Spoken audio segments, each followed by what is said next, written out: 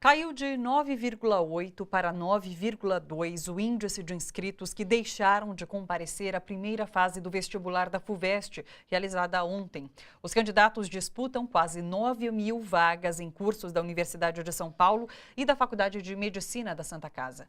Para fazer uma avaliação das 90 questões de múltipla escolha da prova de ontem, está aqui com a gente o professor Gilberto Alvarez, o nosso comentarista de educação. Boa noite, Giba. Boa noite, Thalita. Giba, você tem uma ideia de por que caiu esse índice de abstenção?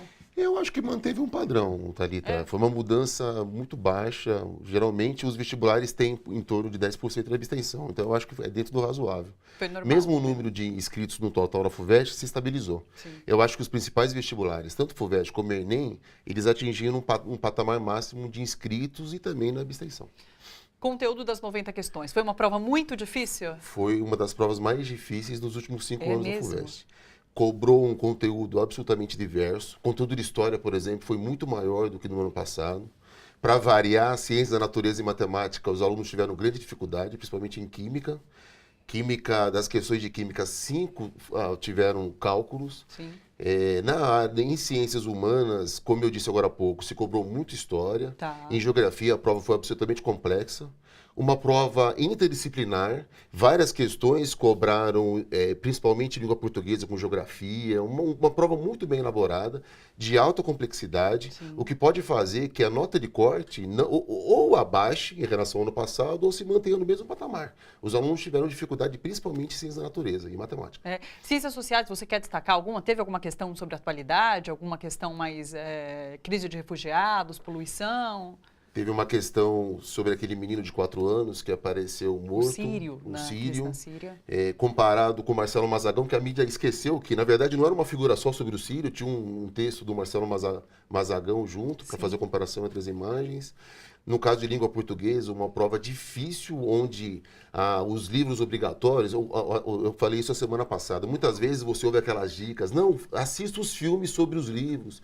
Não bastou assistir filme, mesmo? Tinha que ler os livros e fazer várias comparações, ou seja, ler o livro e ter uma análise absolutamente crítica sobre as leituras obrigatórias. Sim. Ou seja, uma prova difícil, que mostra claramente o aluno que a Universidade de São Paulo quer. Um aluno absolutamente diferente do que geralmente a educação básica no Brasil traz. Como era de se esperar, foi uma prova bem mais difícil que o Enem, por exemplo. Mais difícil que o Enem. Teve questões, a FUVEST faz 4 anos que questões onde o aluno tinha várias afirmações, ele tinha que descobrir a veracidade de cada afirmação, não acontecia.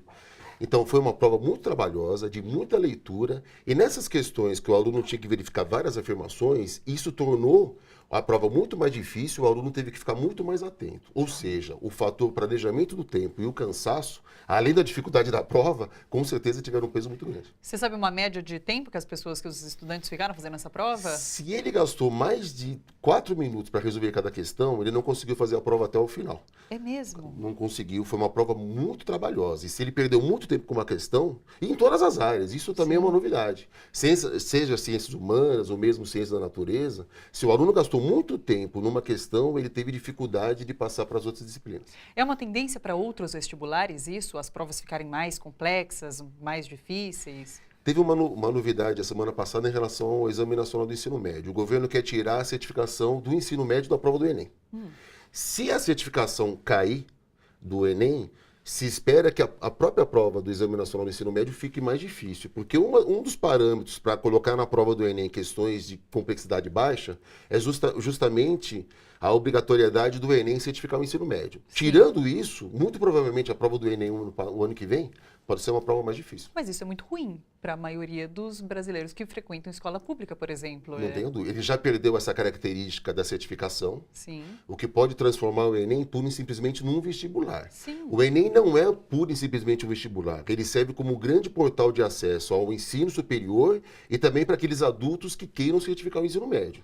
Se justamente essa parte democrática cair do Enem, ele vai virar pura e simplesmente um grande vestibular, muito parecido com a FUVEST. Exatamente. Bom, quem passou passou nessa primeira fase? Quem passar nessa primeira fase, o que esperar agora para a segunda? Primeiro que, muito provavelmente, como o aluno achou a prova muito difícil, ele deve estar hoje com uma baixa autoestima, né? Então, a recomendação é que ele respire fundo, que ele continue acreditando e que ele comece esse processo de preparação para a segunda fase. A segunda fase é uma prova absolutamente diferente. Ele sai das questões de múltipla escolha para as questões dissertativas. Então, é uma outra etapa. Hoje, descansa, cura a ressaca da prova de ontem e a partir de amanhã, sim, fazer uma preparação específica para as provas dissertativas. Como? Resolvendo as provas de segunda fase de anos anteriores. Quando que é mesmo a segunda fase? É em janeiro. Só em janeiro. São né? 3 provas a partir de janeiro de 2017. Legal. Obrigada, Giba, pela participação. Até segunda-feira. Boa noite.